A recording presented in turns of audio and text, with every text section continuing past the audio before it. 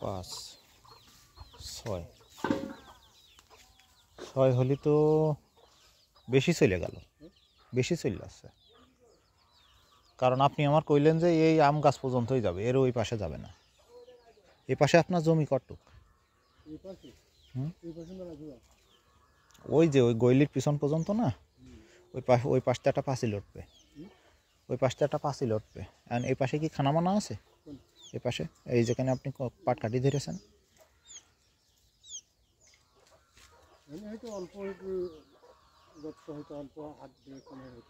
তাহলে আর যদি পশ্চিমী জায়গা থাকে হালকা একটু পশ্চিমী সরি। কারণ পূবের পাশে আমার জায়গা মনে করেন যে ব্যালেন্স থাকবে, পূবের পাশেও থাকবে পশ্চিমের পাশেও জায়গা থাকবে, কিন্তু পশ্চিমের পাশে আপনার জায়গা বেশি দরকার। কারণ কি জানেন, পশ্চিমের পাশে আপনার জায়গা বেশি দরকার, খামার হবে ওখানে, একটু ধান মান নাড়াচাড়া করতে গেলে আপনার পূবের পাশে আপনার জায়গার দরকার নেই তো। শুধু পূবের পাশে আপনার জায়গা লাগবে কৃষির জন্য জানেন, হাউস করতে হবে, হাউসের জন্য কয়টা জায়গা রেখে দিতে হবে। ধরেন আপনার গইলির পানি মানি আসার জন্য পরের পানিতে দরকার নেই, ও গভীর পুকুরি মুখরি ফেলার দরকার নেই। না না না, ও সব দরকার নেই। ও মেলা গোবর এরিয়া আপনার পানি পাইপ নিচের মুখে চলে যাবে, ইসের মধ্যে বড় হাউস করতে হবে, 3টে মাটিতে শুষে নেবে, ও কেঞ্জারাম চড়ছে নিচেও চষবে। বছর বছর পরিষ্কার করবেন, অসুবিধা কি? এখন যদি আপনি পারেন আমার কোনো সমস্যা নেই, আপনি যদি পারেন তাহলে পাইপ দিয়ে খালে ফেলেন, আমার কোনো সমস্যা নেই। খালি কি আপনার জমি আছে? জমি আছে, সরকারি খাস জমি। এখন সে যদি দিতে পারেন সমস্যা নেই। এখন আপনি এই চিন্তা করেন যে এখানে আপনার পশ্চিমের পাশে জায়গার দরকার, পশ্চিমের পাশে আপনার জায়গার দরকার। এখন যে পর্যন্ত পাটকাঠি গিয়েছে না, ওই পর্যন্তই থাক। 36 যদি ওই পর্যন্ত যাই, এবার 50 হিসাব করেন।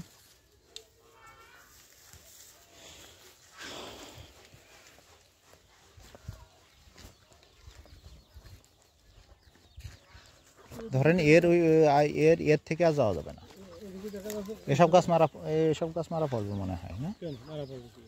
খালাস না মারলি না সমস্যা।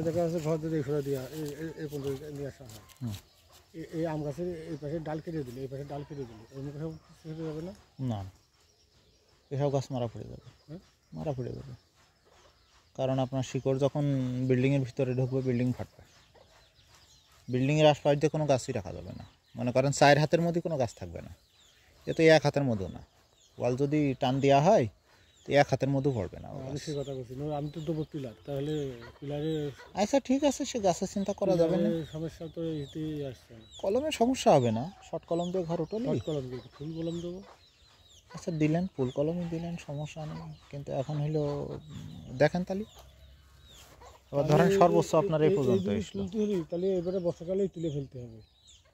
আচ্ছা এই ঘরের সিঁড়িটা কিন্তু একটু বড় হবে না, বুঝেছেন? সিঁড়ির সামনে জায়গা থাকবে, অসুবিধা নেই।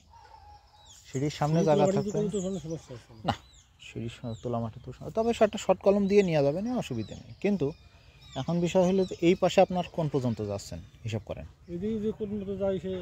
50 দেন, মাপ দেন একটা 50, মাঝখান থেকে মাপ দেন, এর সামনে গাদা রেস না, মাঝখান থেকে মাপ দেন, এখান থেকে মাপ দেন, এখান থেকে মাপ দেন, যাতে পারবেন না তো ওই পাশে, এখান থেকে মাপ দেন, এখান থেকে সোজা মাপ দেন, এই যে এখান থেকে এই যে এই পর্যন্ত না, 34 মাপ তো এই। আচ্ছা করছি কি একটা খুঁটো পুঁতে নেন, না পরে আবার যদি এদিক ওদিক হয় না, ও দিয়ে দিবি এখন, মানে ওই আম গাছ সোজাসুজি করে, ওই সোজা করে এখন স্কেল ধরে এখন সোজা করে যে যেমনি যাই। আচ্ছা তাই হোক, সমস্যা নেই।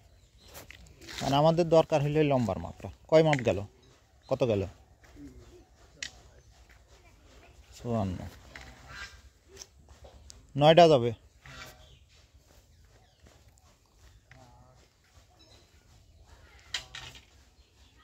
ওই যে 9 যাচ্ছে ওই পর্যন্ত, আপনার ওই ঘর পর্যন্ত। হুম 54 না?